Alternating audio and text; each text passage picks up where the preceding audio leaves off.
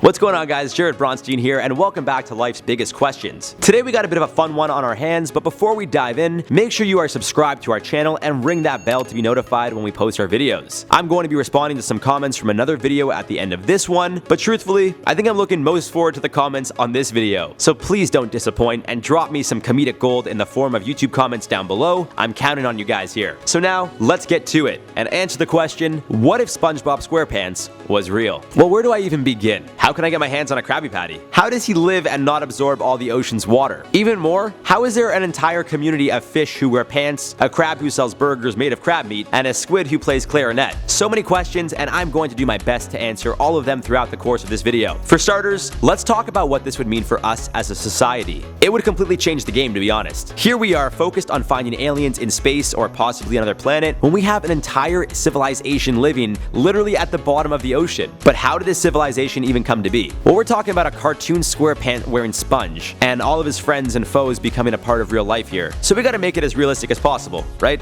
Right. So the only explanation? These beings are creations of the radiation that came from the US testing out nuclear weapons between 1946 and 1958. Now you may be wondering what I'm even talking about. Well, during the Cold War, between the years of 1946 and 1958, the US government detonated 67 nuclear weapons on the Marshall Islands. More specifically, on the islands of Eniwetok and Bikini Atoll, the latter being the real inspiration of Bikini Bottom. That's right, folks. Bikini Atoll was the inspiration for SpongeBob's home, and was also the home for 23 of those 67 nuclear tests during the Cold War. Of course, before the government did these tests, they removed the 167 Bikinians and relocated them to the islands of Rongerik in 1946. Less than a decade later, on March 1st, 1954, the US government detonated a bomb, given the name Bravo, which created an explosion that was equivalent to 1,000 Hiroshima-sized bombs. This would lead me to believe that the main cause for an entire civilization of mutant-like beings living at the bottom of the ocean is due to the insanely high amounts of radiation.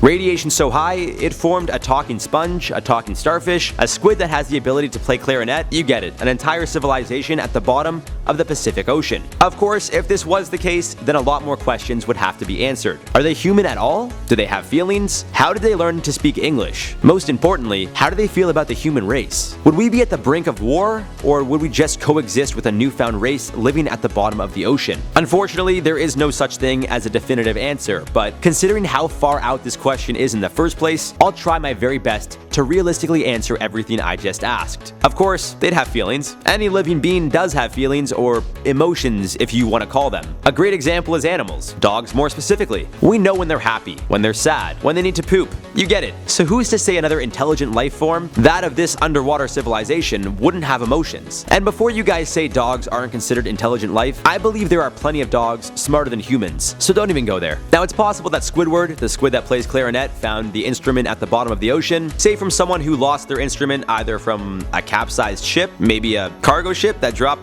some cargo? Regardless of how it got to him, the possibility that he taught himself how to play wouldn't be so outlandish, especially considering what this entire video is about. The interesting thing would be the language. How do they learn to speak English? Now, there are some characters in the show, Sandy the Squirrel, Mr. Krabs, and even SpongeBob's pet snail, Gary, who technically would normally be living on land. Maybe they do surface to land and learn about the human civilization and take their findings back down to Bikini Bottom. We also can't forget about Karen, the artificial intelligence made by Plankton, the tiny, well, plankton. And given these creatures at the bottom of the ocean have not only found a way to colonize an entire ocean floor, but also created the likes of AI, well, maybe they're more advanced than our human civilization. This could be seen as quite a problem, or maybe no problem at all. Considering how they're living at the bottom of the ocean, more specifically, the bottom of the Pacific Ocean, and over 25,000 miles from Hawaii and 3,000 miles from Papua New Guinea, the two closest places with known human civilization, I don't think our paths would ever really cross much. We could try to explore their city, but who knows how they would feel about that. Would it start a war? And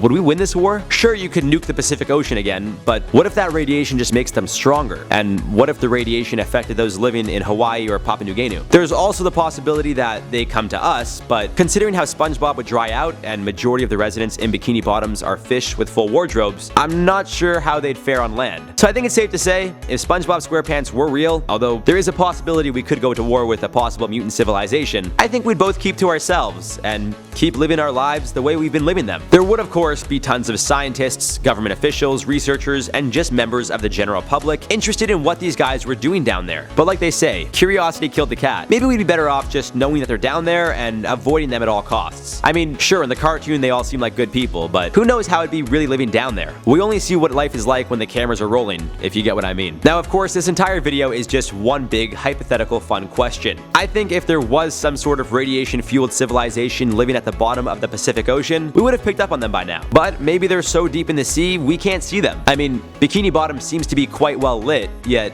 the bottom of the ocean is considered an abyss. So maybe they also have adjusted to the darkness and have vision that a human can't even imagine possible. So for all we know, maybe there is a civilization living underwater made up of different sea creatures, a sponge wearing square pants, and a money-hungry crab who sells his own kind to other fish for a quick buck. Although it seems extremely unlikely, never say never. And on that note, let's reply to some comments here. From the video, how can we stop a hurricane? Ducky said, would a transformer buy a life insurance or car insurance? I want to say car insurance because he's made up a car. It's a car. Junior Galan said, what would happen if a COD game came to life? Well, some of them are based off real life, like World War I, World War II, so if that gives you any indication. Futuristic ones suck anyway, so let's not worry about that. Weird Walking Dead Theory said, what's daily life like for life's biggest questions? I'll be honest, you guys just gotta follow us all on Instagram. I mean, I stained my shirt today at work, so, I mean, I guess human things, right? We're all human, we make mistakes. Thankfully, you guys can't see me, so you guys won't see the stain on my shirt right now, and that does it for this video, guys. If you enjoyed it, make sure to give it a thumbs up. Let me know your thoughts on this video in the comments down below. Like I said, I'm looking for some comedic gold in those YouTube comments, so please don't disappoint me. Make sure you guys are subscribed and ring that bell, and we'll see you guys in the next video. I've been your host, Jared Bronstein.